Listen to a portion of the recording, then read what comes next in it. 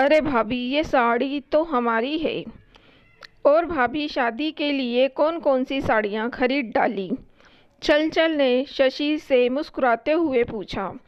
नहीं जीजी, इस बार तो पुरानी साड़ियों से ही काम चलाऊंगी। जब से लॉकडाउन हुआ है, मिंकू के पापा की स्थिति कुछ खास संभल नहीं पाई, तो मैंने ही मना कर दिया नई साड़ी लेने के लिए।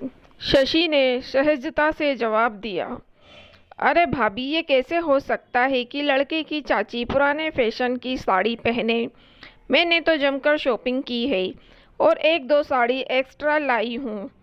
ऐसा करिएगा, आप रिसेप्शन में मेरी साड़ी पहन लीजिएगा।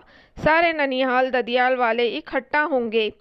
मेरी छोटी भाभी भी तो चमकनी चाहिए। नहीं जीजी, आपने कह दिया, यही मेरे लिए बहुत है। मैं अपनी ही साड़ी में कंफर्टेबल महसूस करूंगी। शशि ने बहुत शालीनता से मना कर दिया। मतलब आप मुझको गैर समझती हैं, तभी मना कर रही हैं। अरे गैर क्या, आप मेरी ननद हैं, लेकिन आपके भैया को भी अच्छा नहीं लगेगा। भैया को तो मैं मना लूंगी।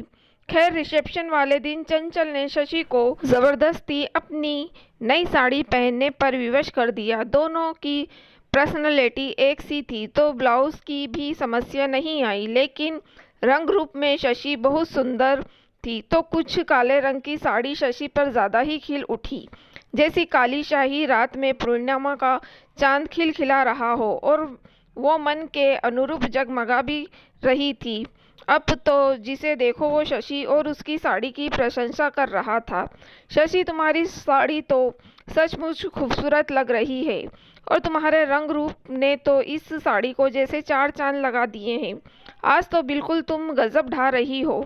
अब चंचल को ये प्रशंसा ज़्यादा देर तक हजम नहीं हुई, क्योंकि उसकी कोई खास प्रशंसा नहीं कर रहा था। और जैसे ही किसी एक रिश्तेदार की भाभी ने उस साड़ी की प्रशंसा की, अब तो चंचल से बिल्कुल भी रहा नहीं गया। मेरी ही साड़ी और प्रशंसा भाभी लूट रही हैं। और वो झट से बोल पड़ी। अरे भाभी, ये साड़ी तो हमारी है। हमने ही शशि भाभी को पहनने के लिए दी है, वरना तो इस समय वो कीमती साड़ी खरीदने की परिस्थिति में नहीं थी। प्रशंसा करनी है तो मेरी पसंद की कीजिए। और चंचल ने ये सब इतनी जोर से कहा कि आसपास के खड़े लोग भी सुन लें। आज तो शशि बिल्कुल आवाक रह गई। ये क्या कह रही है ननद रानी? एक तो मुझको इतनी जिद करके ज़बरदस्ती साड़ी पहनाई, और चार लोगों के बीच में मेरी बेइज्जती करवा रही हैं। हे भगवान, अब मैं क्या करूं? यही मिंकू के पापा ने सुन लिया, अब तो मेरी बहुत डांट पड़ेगी। शशि की आंखों में आंसू झिलमिला उठे, और वो कार्यक्रम छोड़कर झट से घर वापस आ गई और अपनी मनपसंद साड़ी पहनकर कार्यक्रम में चेहरे पर आत्मविश्वास की झलक लेकर पहुंच गई। भाभी, आपने वो साड़ी बदलकर ये क्यों पहन ली? चंचल अनजान बनते हुए बोली। जीजी, वो साड़ी इतनी ज़्यादा भारी थी कि बहुत ज़्यादा गड़ रही थी, बस इसलिए उतार दी। अब तो चंचल से कुछ बोलना नहीं बना। समझ तो गई वो सब कुछ, लेकिन आखिर कहती भी तो क्या। लेकिन उस दिन से शशि ने बहुत बड़ा सबक सीख लिया कि चाहे कोई कितना भी कहे, लेकिन किसी के भी कपड़े नहीं पहनूंगी। सही कहते हैं मिंकू के पापा, अपनी दाल रोटी भली, दूसरे की थाली का पुलाव बिल्कुल भी अच्छा नहीं।